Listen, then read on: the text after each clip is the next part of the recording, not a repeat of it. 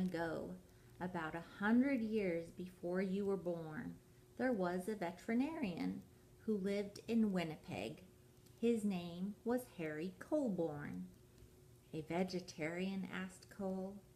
Bears don't like vegetables. A veterinarian. It means an animal doctor. I know that, Cole said. That's what I'm going to be when I'm big. If a horse had the hiccups or a cow had a cough, Harry knew how to make them feel just right.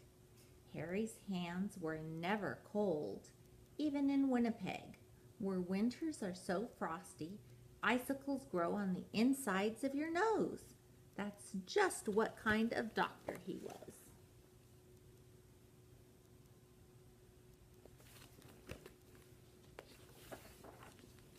But a day came when Harry had to say goodbye to Winnipeg.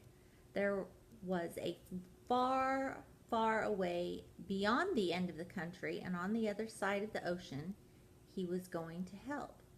There was a war. He would be caring for the soldiers' horses. Harry rode east on a train full of other soldiers. He leaned his head against the glass window, watching the land scroll by, wondering what it would be like to be so far from home.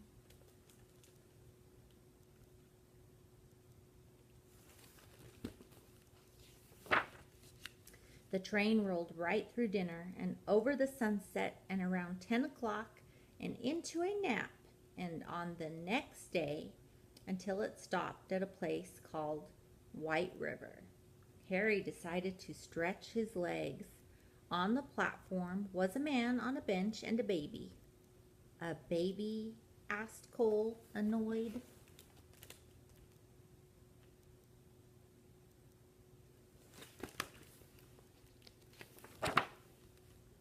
A baby bear. A cub. Harry stopped. It's not every day that you see a bear cub at a train station. The bear has lost its mother, he thought, and that man must be the trapper who got her. What do trappers do? Asked Cole. It's what trappers don't do. They don't raise bears. Raise them? You know, I said, love them.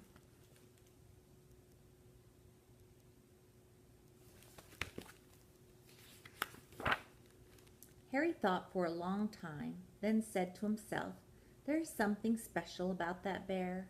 He felt inside his pocket and said, I shouldn't. He paced back and forth and said, I can't. Then his heart made up his mind, and he walked over to the trapper and said, I'll give you $20 for that bear. Is $20 a lot? Asked Cole. Back then, I said, even more than a lot. You see him thinking?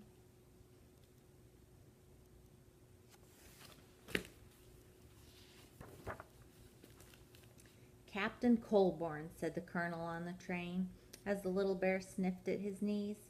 We are on a journey of thousands of miles, heading into a thick of battle, and you propose to bring the most dangerous creature? Bear stood up on his hind legs as if to salute the colonel. The colonel stopped speaking at once, and then in a different voice he said, Oh, hello. The men of Harry's regiment squeaked by to have a look. I've decided to name her Winnipeg, Harry told them, so we'll never be far from home. Winnie for short.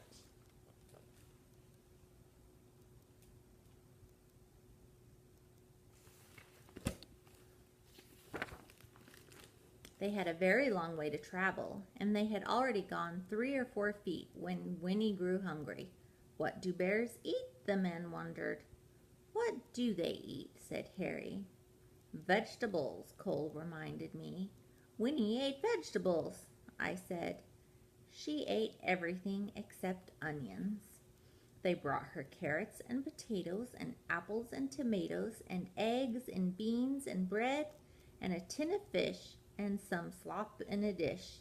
But Winnie was still hungry. How about dessert? Said Harry, holding up a bottle of condensed milk.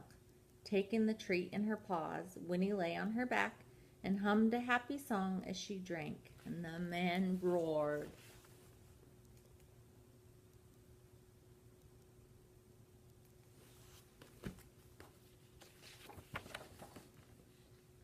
Harry and Winnie gathered with soldiers from all over Canada in the green fields of Valcartar. A whole city of tents had sprung up there. One was a hospital for horses, where Harry went to work.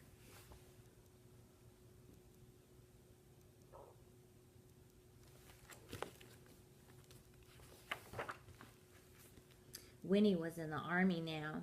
Harry taught her to stand up straight and hold her head high and turn this way and that. Just so. Soon she was assigned her own post. Even the colonel agreed that Winnie was a remarkable bear. She might have been the best navigator in the whole army. If you hid something, could she find it? She could. What if it was farther away and farther still? Remarkable, he cried. They were testing her.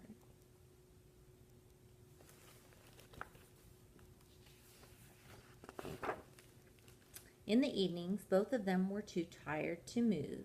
When Harry thought about Winnie and the voyage across the ocean, his head said, I shouldn't. His head said, I can't. But his heart made up his mind.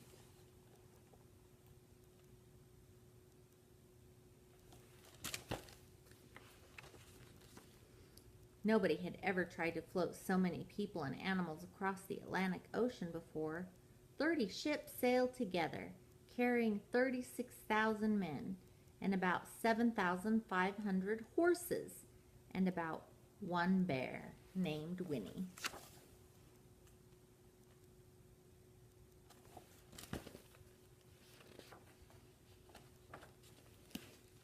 When they finally arrived in England, the regiment went to training on the Salisbury Plain, where it rained and rained and rained. But Winnie didn't seem to mind. She was the mascot of the 2nd Canadian Infantry Brigade, and she attended her post with vigor. One day, Harry came running while she was doing her exercises in the tent. You'll bring the whole place down, he said with a laugh. She had grown.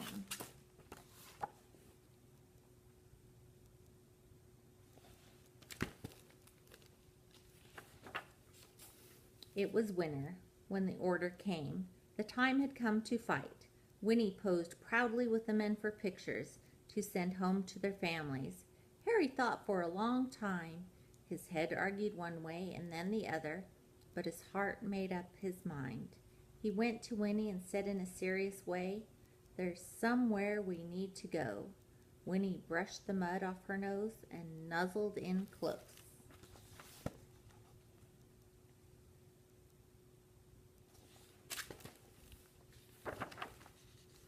Harry drove all the way to the big city.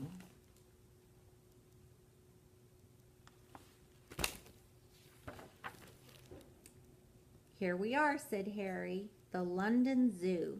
Harry took a deep breath. Winnie, this is going to be your home for a while, he said. She tilted her head. We're shipping out to France, he explained. I have to take care of the horses at the front. She rested her big head against him. I know you want to come, but it's not safe. Winnie's head bowed. Harry's hands were warm as sunshine as usual. There is something you must always remember, Harry said. It's the most important thing, really. Even if we're apart, I'll always love you. You'll always be my bear.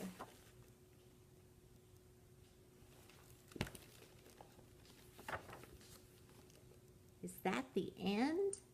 That's the end of Harry and Winnie's story, I said. But I don't want it to be over, said Cole. Sometimes, I said, you have to let one story end and the next one begin. How do you know when that will happen? You don't, I said, which is why you should always carry on.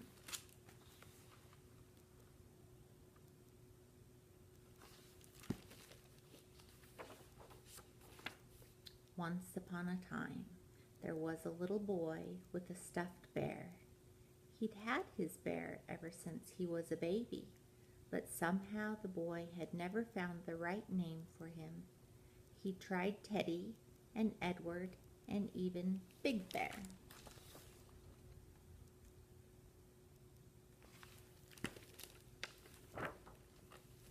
One day the boy went to visit the London Zoo with his father, and there was a bear, a real bear, on the terraces there.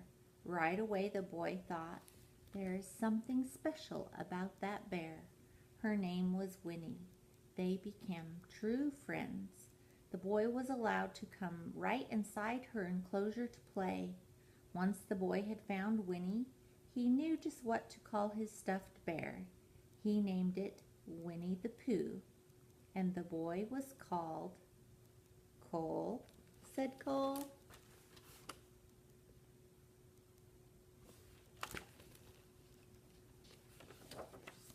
His name was Christopher Robin Milne.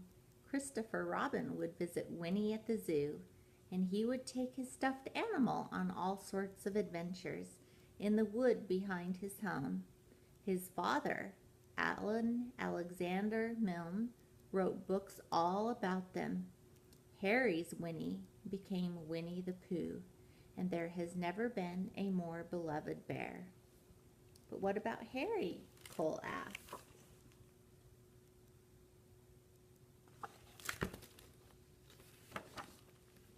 When Harry visited Winnie at the zoo, he saw how happy she was. She was being raised, she was truly loved, and that was all he had ever wanted from the moment they met at the train station in White River. So after the war, Harry returned to Winnipeg and his life as an animal doctor. Before long, he was married and had a son named Fred. And Fred had a daughter named Lauren. And Lauren had a daughter named Lindsay, which is me. And then I had a son. When I saw you, I thought, there is something special about this boy. So I named you after your great-great-grandfather, Captain Harry Colborne. I named you Cole.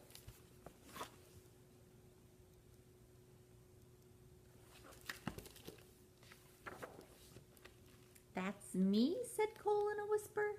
That's you. And that's Winnie. Yes, I said, that's Winnie. And it's all true. Sometimes the best stories are, I said.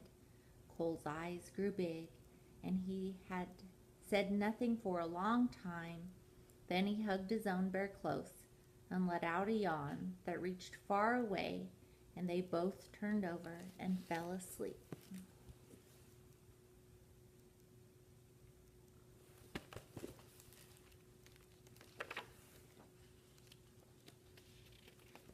And there's a picture of Harry, the real Harry, as a soldier.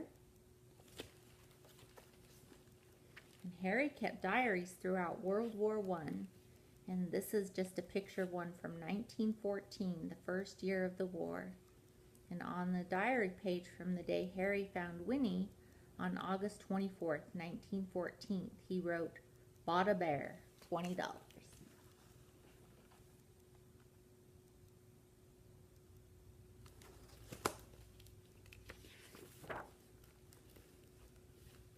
And there's some pictures of soldiers with the bear. And there's even a statue in Winnipeg of the bear that they made in 1992. And there's a picture of Winnie and Christopher Robin in 1925 at the zoo when they became friends. And the official animal card shows that Winnie began her stay in the London Zoo on December 9th in 1914. And Lindsay and Cole in 2013, we knew there was something special about this boy. So even all good night stories came from somewhere. I hope you enjoyed the true story about finding Winnie. Next, we'll have to read a Winnie the Pooh story.